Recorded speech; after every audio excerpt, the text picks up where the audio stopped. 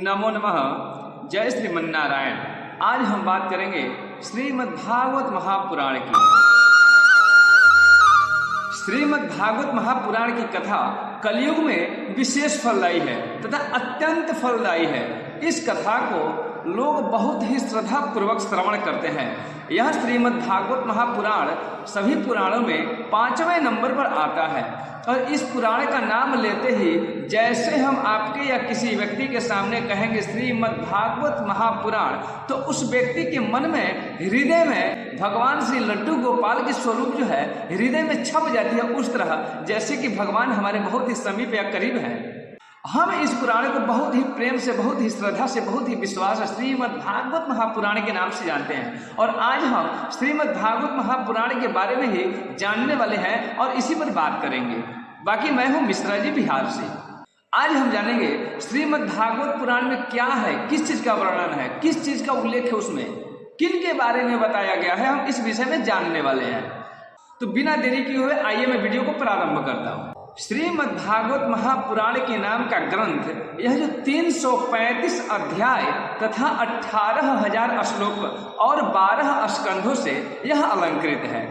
श्रीमद्भागवत महापुराण में आध्यात्मिक विषयों पर वार्तालाप किया गया है तथा भक्ति, ज्ञान और वैराग्य के विषय में उनके बारे में विशेष पूर्वक से विस्तार पूर्वक बताया गया है। श्रीमद्भागवत महापुराण में भक्ति, ज्ञान और वैराग्य के महानता को बहुत ही स्पष्ट रूप से दर्शाया गया है। यदि आप इसको पढ़ेंगे तो किसी को समझाने की जरूरत नहीं, खुद ब खुद आप समझ सकते हैं। इतनी सरल और इतनी शुद्ध हिंदी में यह लिपिक है, इसको लिखा गया है। श्रीमद्भागवत महापुराण में भगवान विष्णु तथा भगवान गोविंद के अवतार की कथाओं को बड़ा ही सुंदर स्वरूप दे करके विस्तार पूर्वक दर्शाया गया है। यदि आप इस कथा को सुनते हैं तो मन विभोर हो जाते हैं, हृदय मतलब प्रफुल्लित हो जाता है। आप किस ज्ञान के अंदर खो जाते हैं ये आप खुद अनुभव नहीं कर पाएंगे।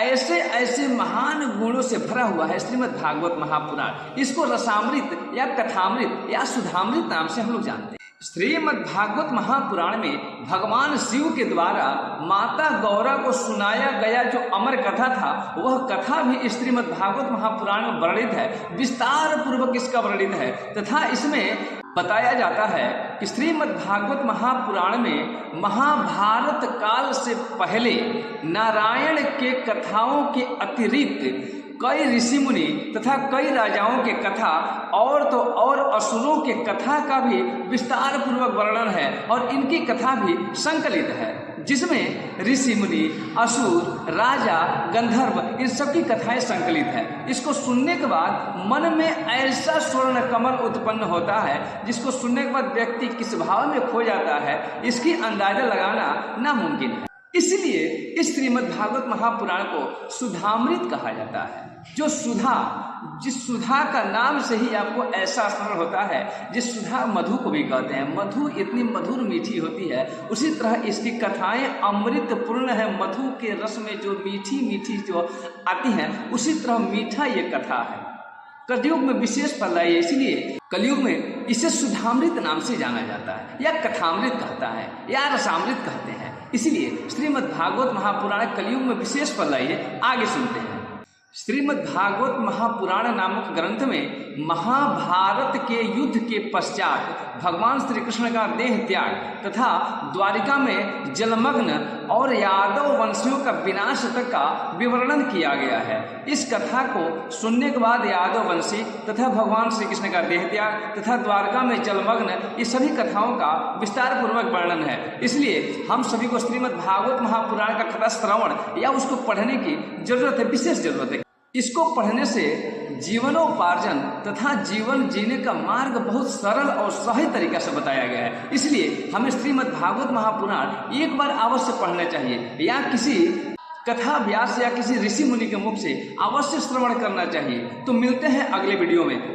आज यहीं तक रहेगा, मिलते हैं अगले वीडियो में। हमारे द्वारा बनाए गए पूर्व में वीडियो यानी पहले जो वीडियो हम बनाए हैं, उस वीडियो को देखने के लिए डिस्क्रिप्शन में दिए गए लिंक पर जाएं और वहां क्लिक करें और वहां से आप सही तरीके से वीडियो को देख सकते हैं। आज यहीं तक रहेगा, मिलते हैं अगले वीडियो में और किसी अलग जानकारी के साथ, किसी अलग पुराण के साथ मिलेंगे। तो तब तक बने रहिए हमारे साथ। मैं हूं मिश्रा जी, बिहार से। हर हर महादेव और जय श्री कृष्ण।